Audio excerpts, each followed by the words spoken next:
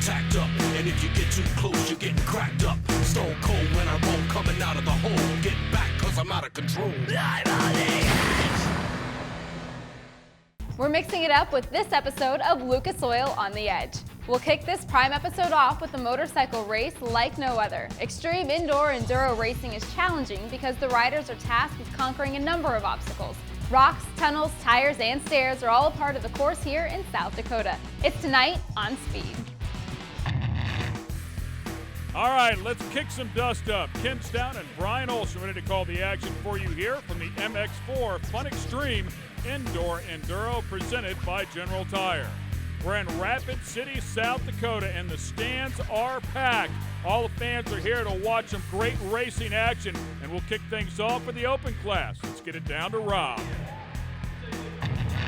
Well, thanks a lot, guys, and it is time to go racing here in Rapid City, South Dakota in the open class. What's cool about the open class?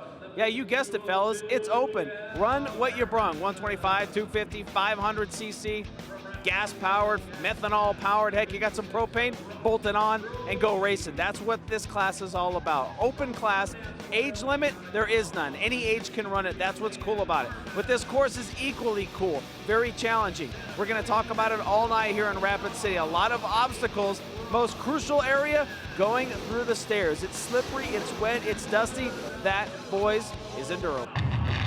And of course, don't be confused. They'll all be on gas here tonight. Here's a look at some of those obstacles. Talking about the logs, the tires, Brian, they'll have their hands full. One overhead shot here, we'll give it to you. Rocks, trees, yep, stairway, they use it all here. And it is about crazy as it gets. It is tough on the riders. The cool part about it here is, on the start, every rider leaves with their hands on top of their head. They're not on the handlebars, and there'll be some 20 of them, Ken, try to leave the start line at the same time. Yeah, and I must say as well, this open category, you better be ready to play hardball. It's only 5 laps in distance, but don't think for a second that that's not difficult.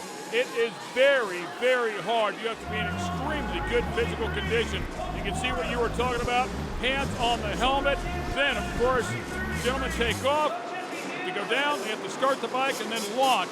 And right off the bat, here we go. Through the forest, Donovan Lindsley takes the early lead. Wow. You're right, man. You talk about physically fit. Over the tires, over the telephone pole, then back over the wood chunks, the railroad tracks.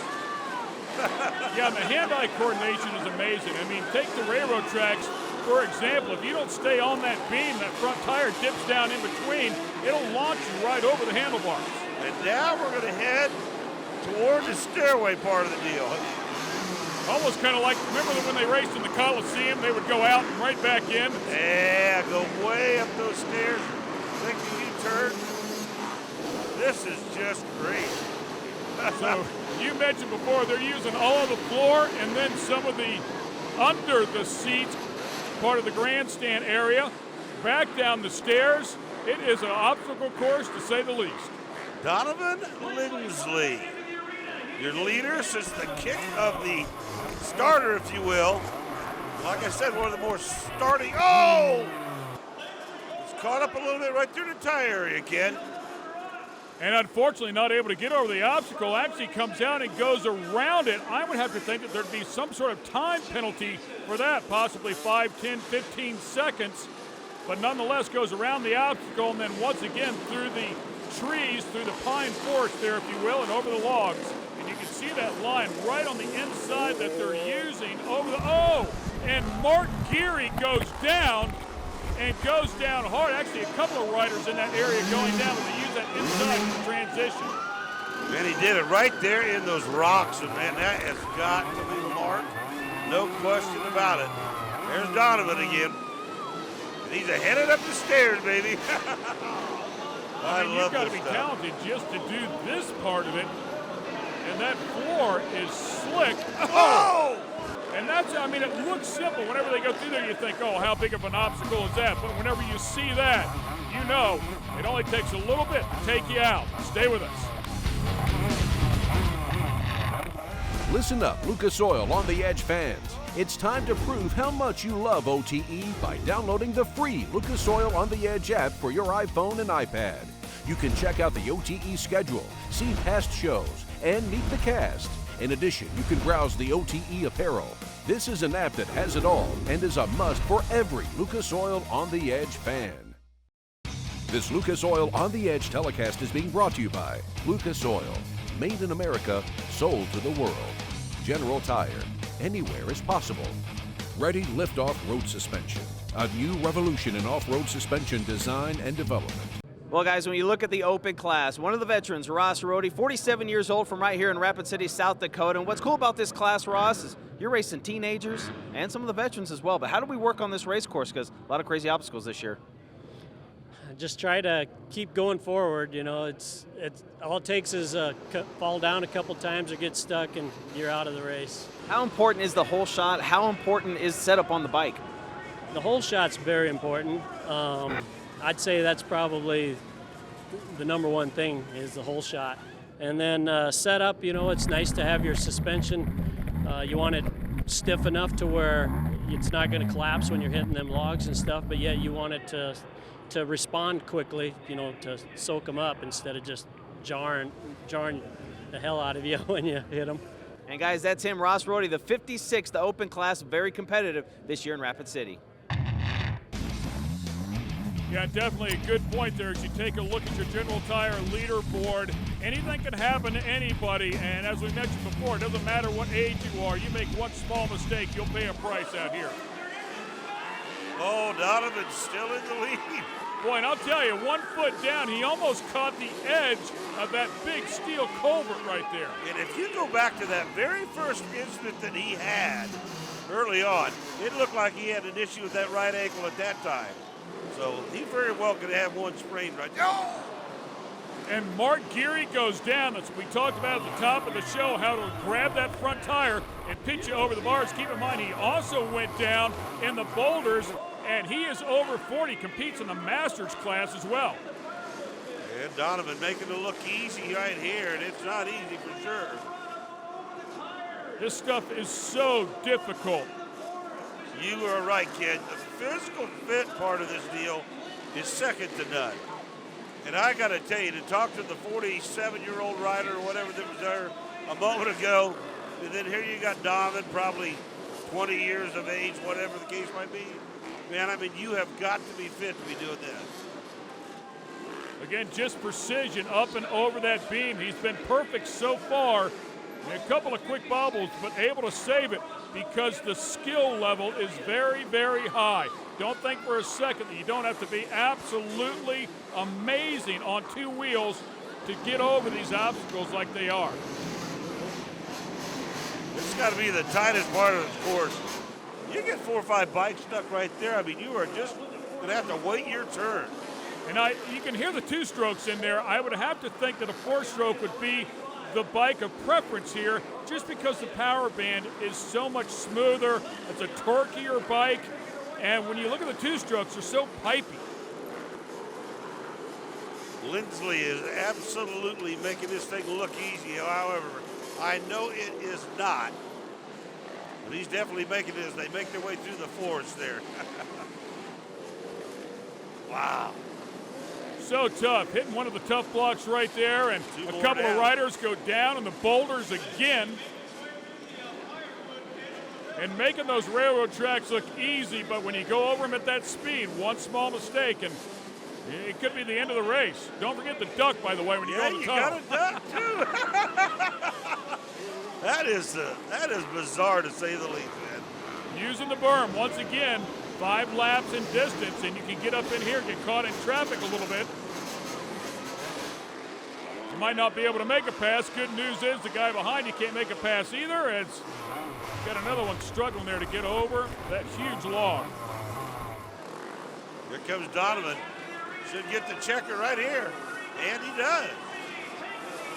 Donovan Lindsley doing a great job. He got that whole shot that we heard a little bit earlier is so important, and then kept it clean the rest of the 5 laps. So he'll pick up the win here, followed by Brandon Woodhead.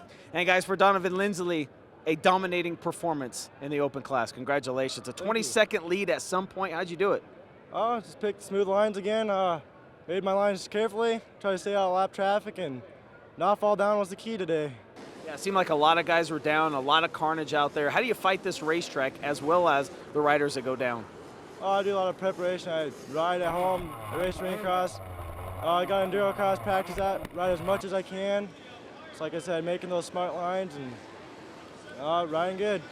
He made it work. Congratulations. He picks up the win, but we're not done yet. When we come back, it'll be the Masters who take a crack at this one. Hopefully it goes smoother than that. The veterans, 40 years and above, Yamaha, Kawasaki, KTM, Honda, all represented. 17 entrants, 3 different states. The old guys going at it here in Rapid City.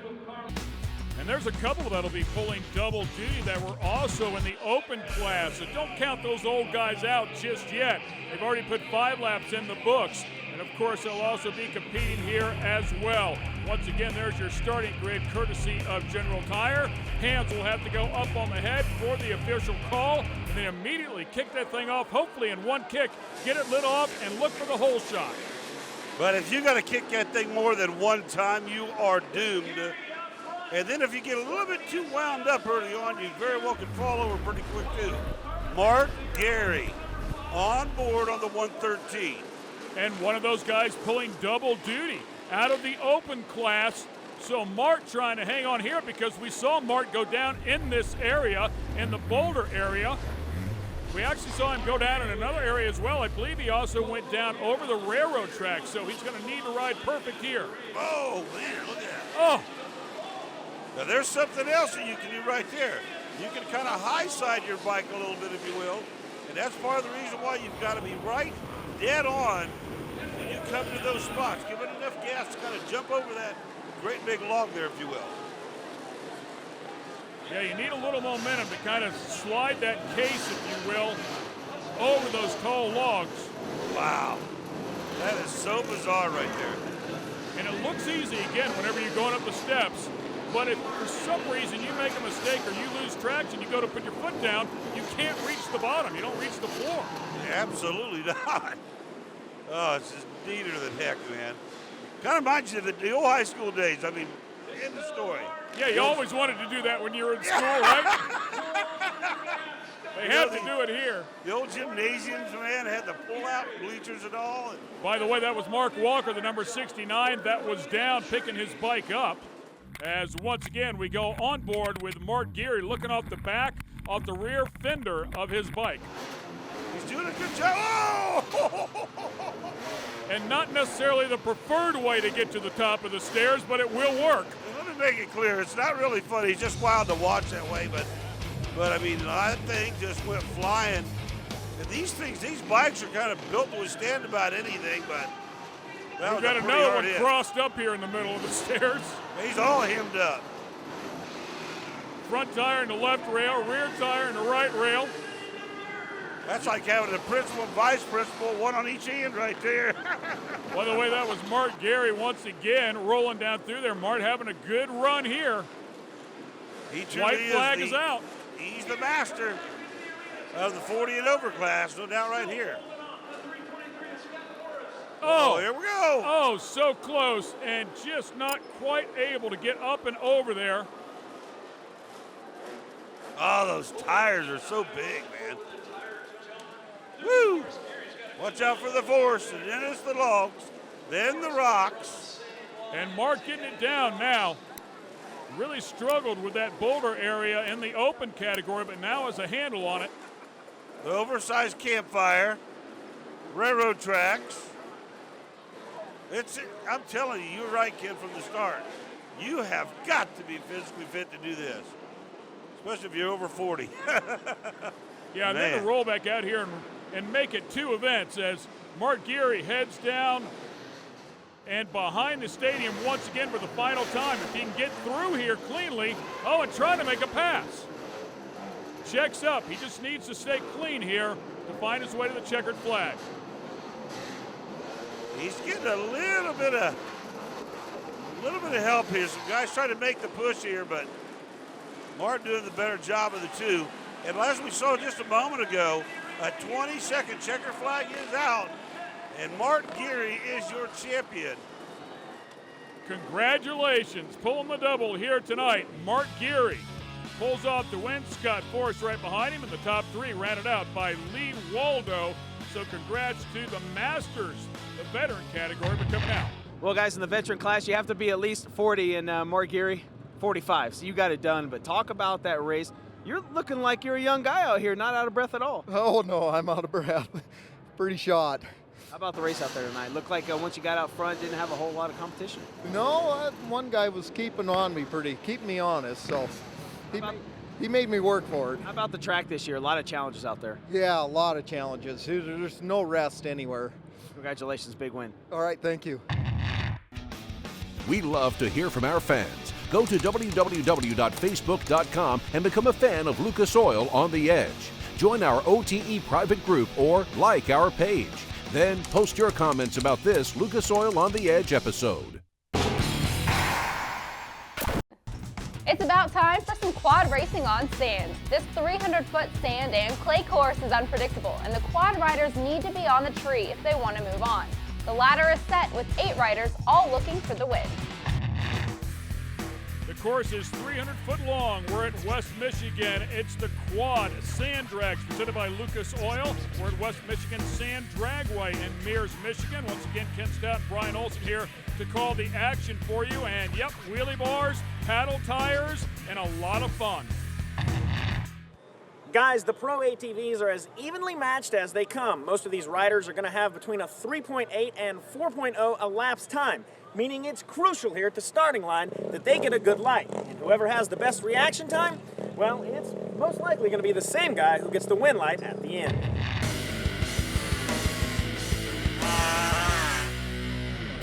Reaction time is critical to say the least. They call it quads, but they will actually use, you'll see them in here, a number of them will be using snowmobile engines, so you'll see some of the triple 2-stroke power plants in here as well. And speaking of triples, there's a good look at the first one. Yep, that's a sled motor right there from Matt Ewing. Josh Goodale alongside is riding a 3-wheeled machine. Yeah, so much for the Pro Quad title.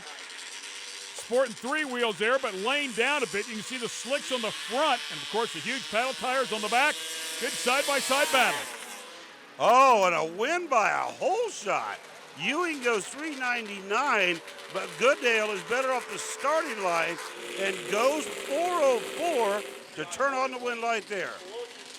Dylan Beld here in the near lane, and Brian McWethy in the far lane.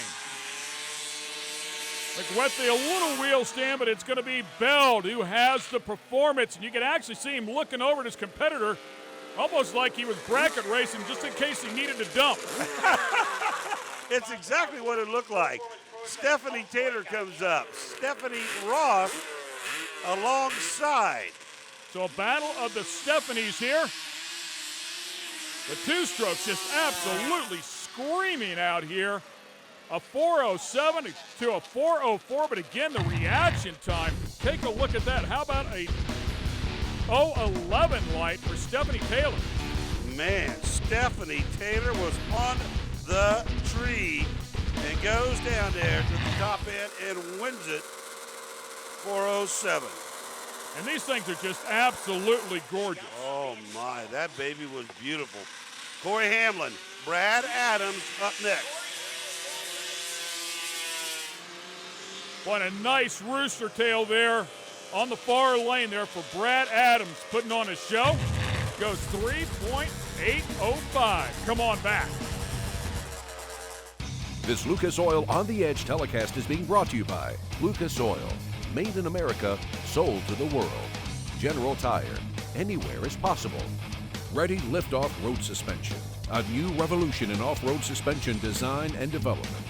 More is better here on OTE, and we have more sand drag racing in store for you right now. We've narrowed the field down to 4, and the semifinals are about to begin. 3 men and 1 lady are set to face off. Goodell and Beld are up first. Let's get right to it. So here comes the action in the semifinals here as they scratch their way to the finals. You see the ladder advancing there as well, courtesy of Lucas Oil products. Let's get out to the sand. Dylan Beld and Josh Goodale.